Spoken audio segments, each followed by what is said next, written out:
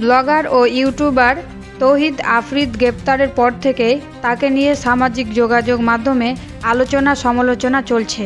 প্রেম ও বিয়ের প্রলোভন দেখিয়ে নারীদের সঙ্গে শারীরিক সম্পর্কের অভিযোগ সহ তার বিরুদ্ধে রয়েছে নানা অভিযোগ। এর প্রমাণ হিসেবে আফ্রিদির অডিও রেকর্ড ও ভুক্তভোগীদের হুমকির ঘটনাও সামনে এসেছে। দিঘির সঙ্গে সম্পর্ক।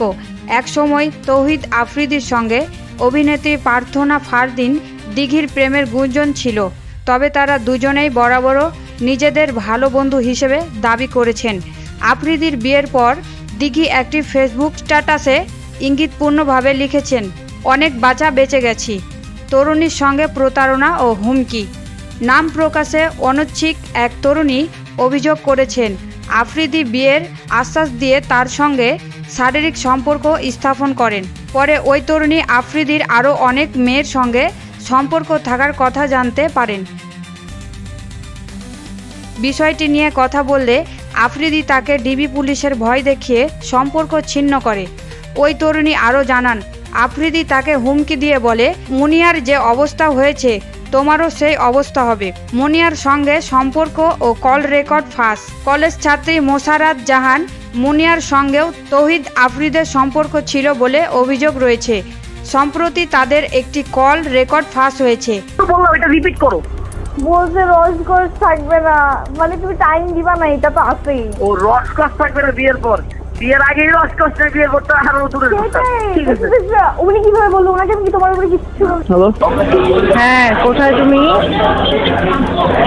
হ্যালো, হ্যাঁ, কই কি করো? এই যে আমি রাত্রেবেলার মধ্যে আসতেছি। ও, কোথায় আসবা? তোমার ঠিক করবো রাতে। আচ্ছা, ঠিক আছে, ফোন দিও, আগে জানাও। হ্যালো, হ্যাঁ, কোথায় তুমি? অফিস কাজে। অফিসে গাড়ি চালাও? না অফিস। আচ্ছা, তো এখন কি করবো বলো একটু? কি করবো মানে বুঝিনি। মানে আজকে দেখা করবেন আমার সাথে একটু? রাত্রে দেখো, চলো। না, আমি মানে মাত্র ইন্টারকন্টিনেন্টাল থেকে বেরোচ্ছি। হ্যাঁ, আমার কথা হচ্ছে আমি আসতে পারবো, কোনো সমস্যা নেই, কিন্তু আমি তো একটু ড্রাঙ্ক। চলো হবে না, সমস্যা কি? আচ্ছা, ওই কথা বলতে পারো না? হইছে মাইকা বা? হ্যাঁ, বুঝি নাই। মাইকা বা গাদা কেন? তুমি এত ন্যাচারাল ভাবে কথা বলতে পারতা? হ্যাঁ, আমি ন্যাচারালি কথা বলি। হ্যাঁ, কি করো? আচ্ছা, যাক, একটু 1%। হ্যাঁ, এটা আমি একটু জানা। আর এই আমি এত দুষ্ট কেন তুমি? যেখানে তাদের ঘনিষ্ঠ কথোপকথন শোনা যায়। এই কল রেকর্ড ফাঁসের পর মুনিয়ার মৃত্যু রহস্য নতুন মোড় নিয়েছে। আরেক ইউটিউবার সায়েম সারিয়ার অভিযোগ করেছেন, তৌহিদ আফ্রিদ তাকে ডিবি অফিসে ডেকে নিয়ে নির্যাতন করেছেন।